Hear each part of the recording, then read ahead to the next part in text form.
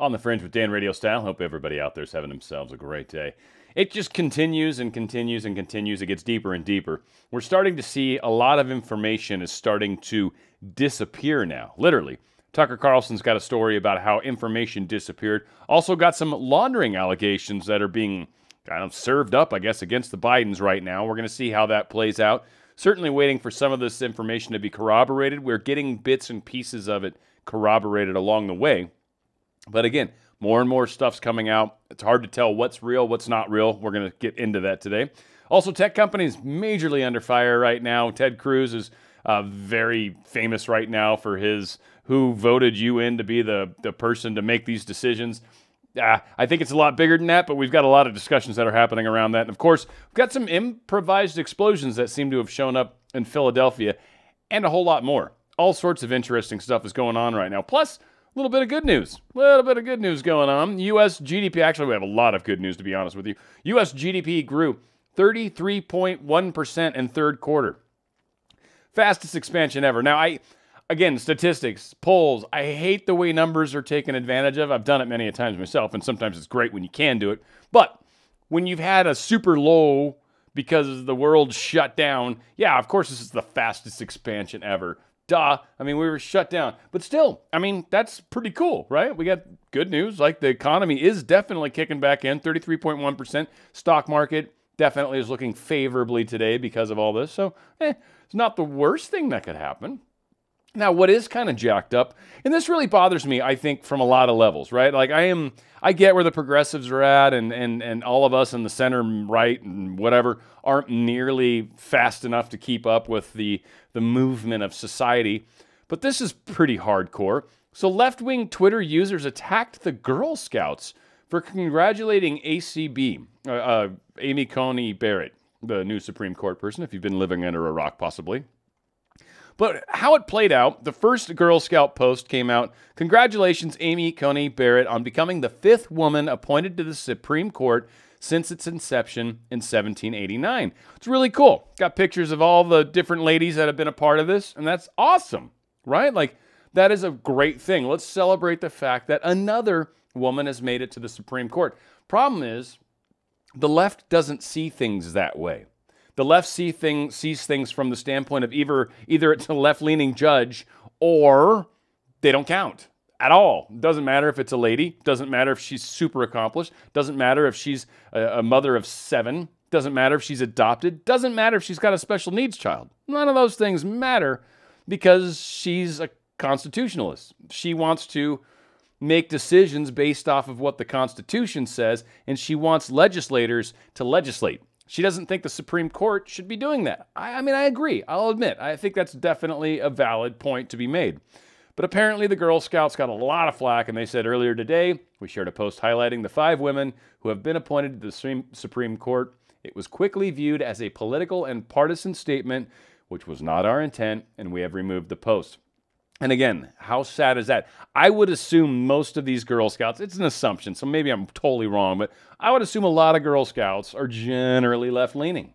And how messed up is that, right? Like, the left just attacked itself. And in a sense, these young ladies who just got attacked by the left are going to kind of grow up with that stigma. Like, somehow it's not okay to say women have done a great job unless that woman happens to have done a great job in a very specific microcosm kind of way, or in a political way, to even state it further. So, of course, people were very upset about that. I'm just upset because I think it's sad that they can't celebrate the fact that another woman has risen to the highest, some of the highest power, the highest courts in the nation. Now, of course, a female president's coming, I'm sure, at some point. And if Biden gets elected, we'll have one kind of by accident, most likely. But we'll see how that plays out. Philadelphia, a lot going on. They had this, I forget the name of the individual. There's been so many of them lately. But someone got shot that was wielding a knife, and they kind of think that they should have tried to shoot him in the leg or shoot 2 shotgun blasts in the air or whatever, right? They thought they should have handled it differently.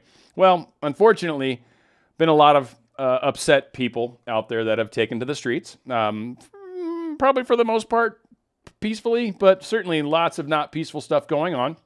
And the thing that's a little disturbing is they found a van that was loaded up with propane tanks, torches, and possible dynamite. Maybe dynamite, maybe flares, don't know, right? I don't know what dynamite looks like. I'll be honest, I've never seen it. I think the biggest firework I've ever seen is an M80.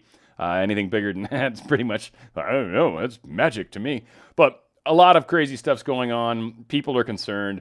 It's a little scary out there. So, I mean, again, they're doing things, to my understanding, Philadelphia mayor has called in for, or Philadelphia mayor has called in for the National Guard to come in and help. So they are trying to make a difference for sure, and they're not trying to let this linger. But again, this is a little bit freaky, right? So we'll see how things play out. But certainly, man, this is a time to stay calm and chill if we can. So a young Philadelphia resident says BLM riots are leading people to vote Trump. People want law and order. This is one of the, I don't know, the side things that happens when a bunch of people take to the streets, when they are protesting, when people peacefully protest. I don't think many people complain about that at all. I truly don't think many people, and the small percentage of people that do complain, whatever. Like there's something wrong with them, right? Like, let's just not listen to them as much. They'd be like, oh, yes, you have a problem with peaceful protesting, even though it states it in the First Amendment. But when people are not peacefully protesting, it starts to create a separate feeling. And people that were left-leaning, people that were left-center, a lot of these people are starting to ask questions, and certainly everyone on the right, but a lot of people that are asking questions like, oh my gosh, am I actually safe in my own house? If I call the police, are they going to be there? Now, I don't know for sure, and it certainly depends on where you're at, but there's a lot of these kinds of situations that are happening far too often in 2020, it seems.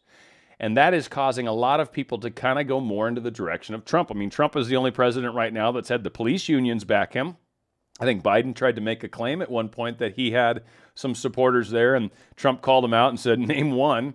And I want to say it was the first debate. So questions all around this are certainly happening, no question about it. And, you know, it's a good point that people are bringing up. Now, something that's interesting, and I'm not making fun, but it is kind of funny, and it's sort of karma in its own way. But a lady that was apparently looting had some stuff shoved into her car and maybe went back to loot some more. I don't know. I don't know exactly how she left her car and then came back to it. But apparently it was looted also. Like, people literally, unfortunately, destroyed her windows and took everything out of her car. Literally took all of the things that she had looted, they looted from her car. So it's just funny how the irony of it all, if you will, how people are basically kind of cannibalizing themselves to a degree. Not cool. Looting's not all right, but this is kind of what's happening. And again, this is in Philadelphia. A lot of anger. I get why to a large extent, but again, this is not necessarily the best way to solve it. And certainly a lot of people are a little frustrated that are living through this. This I just wanted to call out. And this is kind of one of those places where you're like, really? Like, no wonder some people seem to have little distrust in the system. Apparently, one of the Electoral College in New York is Hillary Clinton. She's one of the Electoral College. I don't know about you, and I don't live in New York, thank God, but I don't know how much confidence that would inspire to me. Certainly if I'm someone that's center or right-leaning or maybe not planning on voting for Joe Biden, I would be concerned. Now, I will, to Hillary's credit, I think she's quoted in here somewhere saying that she's pretty sure that people will choose Biden in her district and she'll get to vote for Joe. So hopefully that's how it plays out, and that is certainly my assumption that that is the case. But I just from an optics standpoint, it's like, wow, really, Hillary Clinton, your Electoral College for New York? Huh. Okay, I mean, I don't know. That just doesn't seem right to me. Well, we'll see how it plays out. Golf legend, not Tiger Woods, but Jack Nicklaus, he's endorsed Trump. He's warning that it seems that the country anyway, and now I'll call it out, Jack Nicklaus is a pretty old dude, but he definitely feels like everything's kind of more evolving into this socialist kind of state within the United States. I believe there's definitely a strong presence of progressives and left-leaning people that are trying to push the country in that direction. So I believe what he's saying is, you know, I get where he's saying it at, but I think that's also where we're all trying to come into play, right? And as polls are shifting, as we're starting to see, Trump is definitely starting to pick up steam. I think he's been campaigning today in Florida. And certainly even Biden, I think, took the lid off for a day to try to get out in Florida to make a difference because obviously they're concerned about the directions things are going. I mean, for Biden to literally come out of his basement and campaign and do speeches and talks and take questions, it implies that they are concerned that they can't just sit back and let things happen the way they are, that there is a concern, at least from the Biden camp, that Trump might be making momentum. Now, again, deep state, media, all that left-leaning stuff is trying to say, hey, no, Biden's got this in the bag, but their actions seem to disagree. And again, as Jack Nicklaus has said, through the years, I have been blessed to personally know several presidents on both sides of the aisle. All were good people, all loved their country, and all believed in the American dream. I've had the privilege over the last 3.5 years to get to know our current president a little more as his term has progressed. I have been very disappointed at what he's had to put up with from many directions. But with that, I have seen a resolve and a determination to do the right thing for our country. He has delivered on his promises. He's worked for the average person. In my opinion, he's been more diverse than any other president I have seen and tries to help people from all walks of life equally. I'm just a guy from Ohio and a Midwestern middle-class family whose grandfathers both worked on the railroad. They gave their son, my father, the opportunity to pursue his education and his American dream. I was taught strong family values and worked hard to pursue my own dreams, my own American dream. I also believe that Trump's policies will bring the American dream to many families across the nation who are still trying to achieve it. You might not like the way our president says or tweets some things, and trust me, I have told him that. But I have learned to look past that and focus on what he's tried to accomplish. This is not a personality contest. It's about patriotism, policies, and the people they impact. His love for America and its citizens and putting his country first has come through loud and clear. Now he has said it has not been important to me, but has been important are his actions. Now you have the opportunity to take action. I know we are only a few days away from November 3rd and the election day, but I am certain many of you have not yet made up your minds. But if we want to continue to have the opportunity to pursue the American dream and not evolve into a socialist America and have the government run your life, then I strongly recommend you consider Donald J. Trump for another 4 years. I certainly have and have already cast my vote for him, Jack Nicklaus. So again, a lot going on. People are coming out of the woodworks. People this close to the election are actually starting to step out and, well, he's retired pretty much. I don't even think he plays in the seniors anymore. But he's at least coming out and saying, hey, look, here's where I stand with things as it stands. Now, again, CEO techs, tech CEOs, probably a better way to say that, definitely in hot water right now. Kind of Senator Cruz has been a big part, but also so has Marsha Blackburn. Marsha Blackburn, a very, very awesome GOP member. And she was basically kind of digging into Dorsey and asking him a lot of questions. And so she asked some stuff like, so Mr. Dorsey, is Donald Trump a world's leader? Blackburn continued. Dorsey responded in the affirmative. The senator added, so it would be important for world leaders to have access to your platform, correct?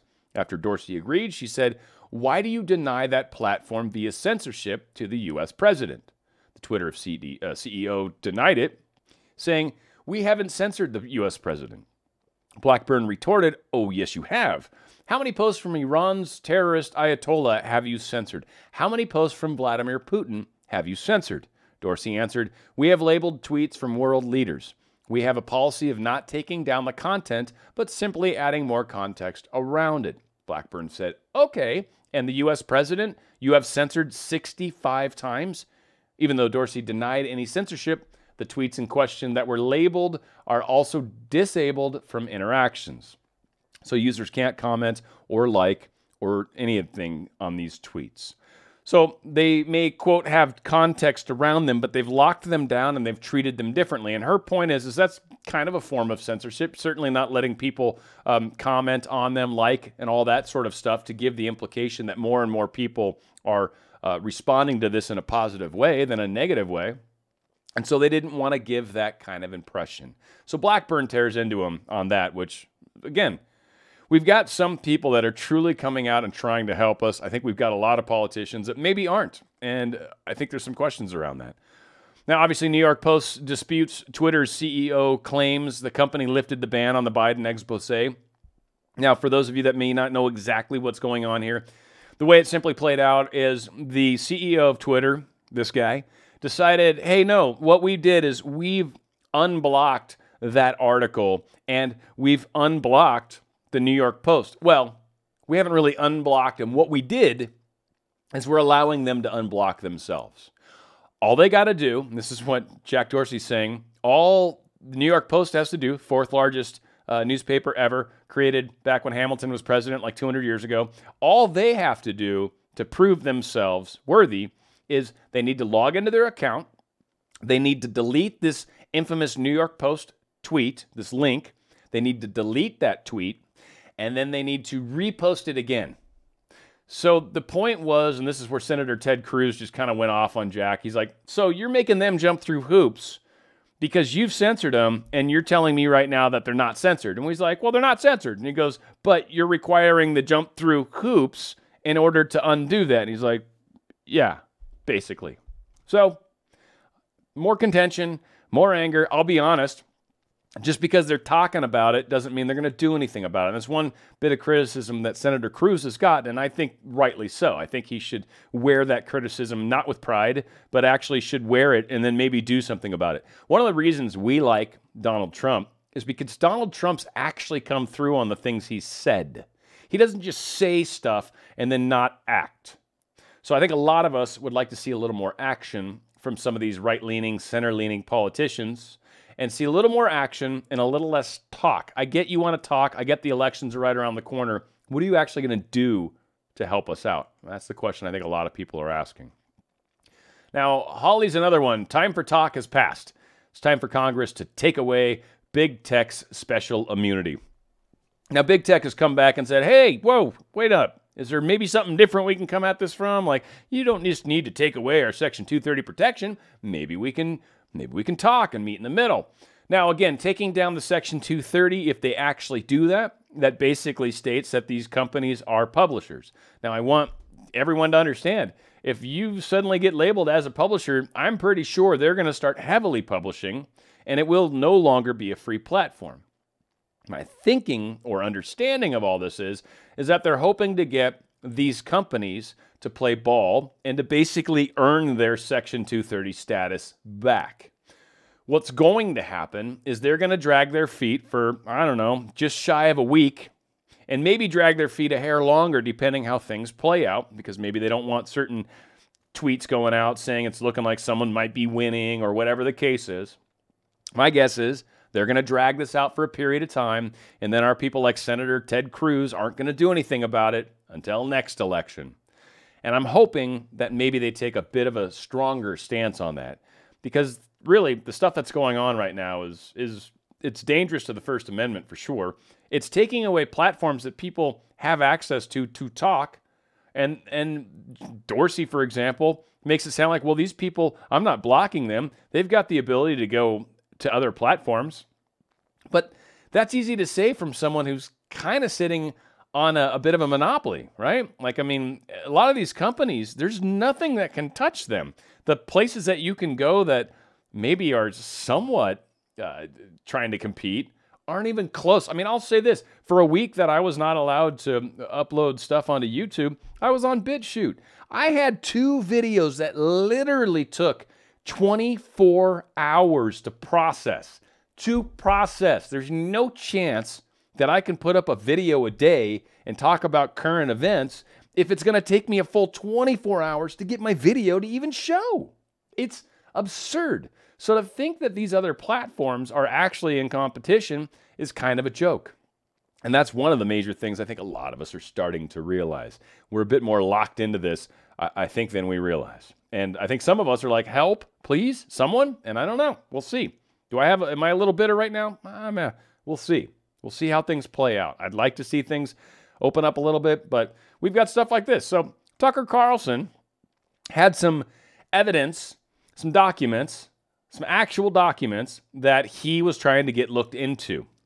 And he sent these to another company, and they disappeared. I'm going to let Tucker kind of explain it because he's got a little couple minutes here where he gets into it. I think it's very relevant to where we're at right now, and I think it's something that we need to consider. Also, I want to call out the fact that Tucker Carlson's the #1 rated guy right now. Something like 7.4 million views. Huge number of views. He's above Hannity, who has been #1 forever, and I think he's a little bitter. But Tucker Carlson, he's had advertisers taken away from him. He has been attacked incessantly. His family has actually been threatened. And here he is still trying his best to give us the news. And he's trying to break open some of these stories that are being resisted everywhere else. So I'm going to give some points to this guy right now because he seems to be making a big difference. We'll see how it continues to play out. There's always a lot going on that we don't have time to get to on the air, but there's something specific going on behind the scenes right now that we did feel we should tell you about. So on Monday of this week, we received from a source a collection of confidential documents related to the Biden family. We believe those documents are authentic, they're real, and they're damning. At the time we received them, my executive producer, Justin Wells, and I were in Los Angeles preparing to interview Tony Bobulinski about the Biden's business dealings in China, Ukraine, and other countries. So we texted a producer in New York and we asked him to send those documents to us in LA, and he did that. So Monday afternoon of this week, he shipped those documents overnight to California with a large national carrier, a brand name company that we've used, you've used countless times with never a single problem. But the Biden documents never arrived in Los Angeles. Tuesday morning, we received word from the shipping company that our package had been opened and the contents were missing. The documents had disappeared. Now, to its credit, the company took this very seriously and immediately began a search. They traced the envelope from the moment our producers dropped it off in Manhattan on Monday all the way to 3:44 a.m. yesterday morning. That's when an employee at a sorting facility in another state noticed that our package was open and empty. Apparently, it had been opened. So the company's security team interviewed every one of its employees who touched the envelope we sent. They searched the plane and the trucks that carried it. They went through the office in New York where our producer dropped that package off. They combed the entire cavernous sorting facility. They used pictures of what we had sent so that searchers would know what to look for. They went far and beyond, but they found nothing. Those documents have vanished. As of tonight, the company has no idea and no working theory even about what happened to this trove of materials, documents that are directly relevant to the presidential campaign just 6 days from now. We spoke to executives at that company a few hours ago. They seemed baffled and deeply bothered by this, and so are we. What's more concerning to me is for this to have happened, I don't think anyone would have known by looking at this that it's coming from Fox News and that it's got documents in it that you may want to keep people from finding. There's no way any employee along the process that was working at these shipping companies would have known that. I worked for UPS for a period of time. I was a preloader. It's incredible, the facilities that do the sorting and all the stuff that goes into this. There's no way any of those people, one, had time to pay that much attention to a package. You literally are getting hundreds of packages per minute that you need to mark up and get onto the truck loaded properly so the driver can do what he needs to do. There's just no way.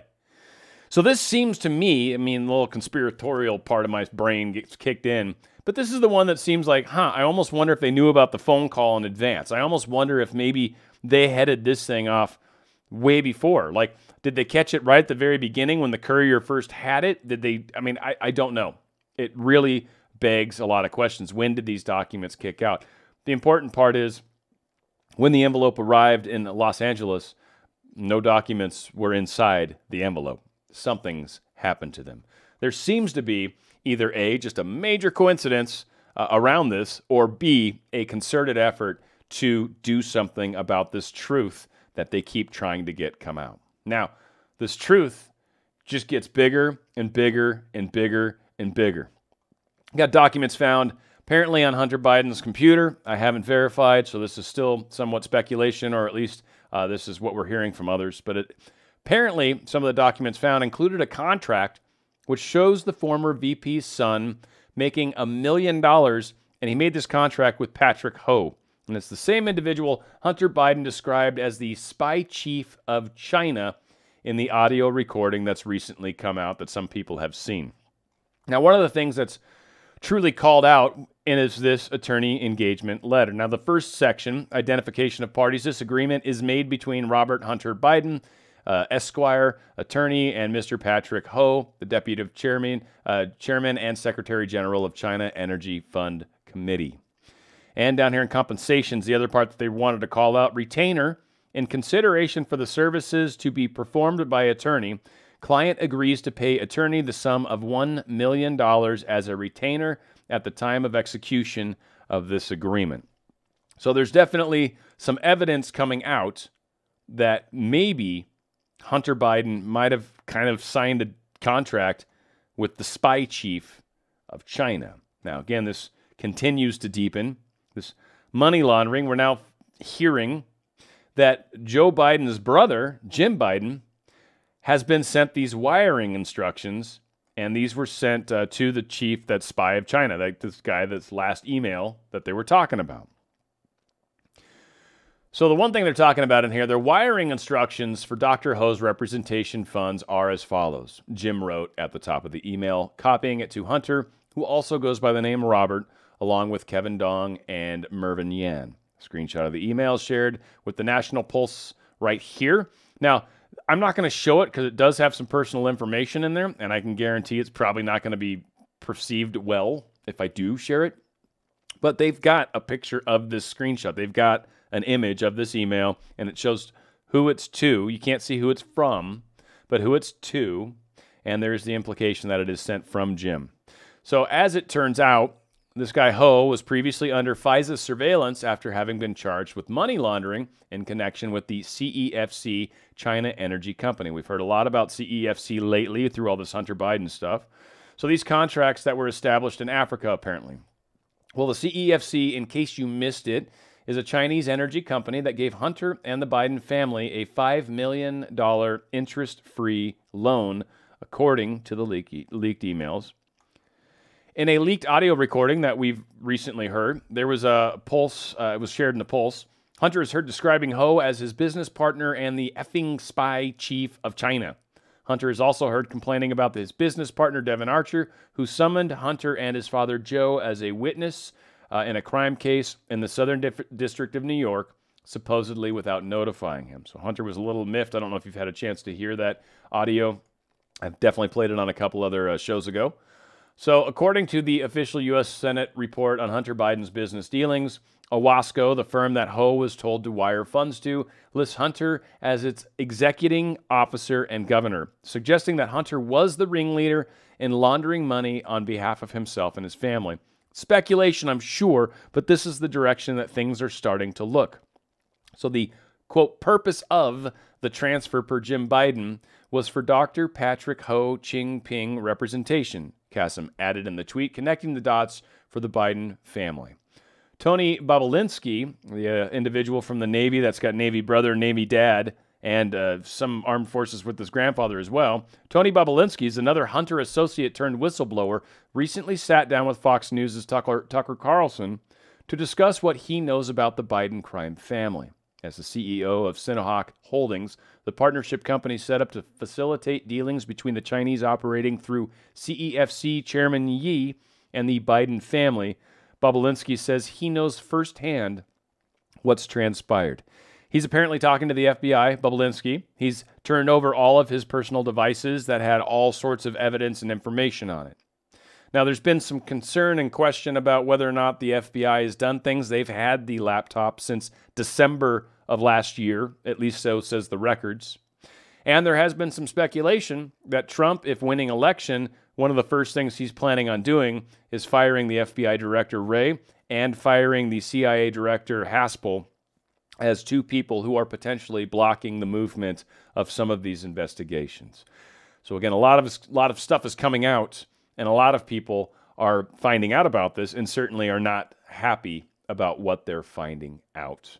Now, a couple interesting things. Air Force jet intercept over the Horizon Trump rally to protect the president. I don't think this was an intercept. I think he was talking about F-35s, and I think an F-35 flew over. And my guess is an F-35 flew over and dropped some flares.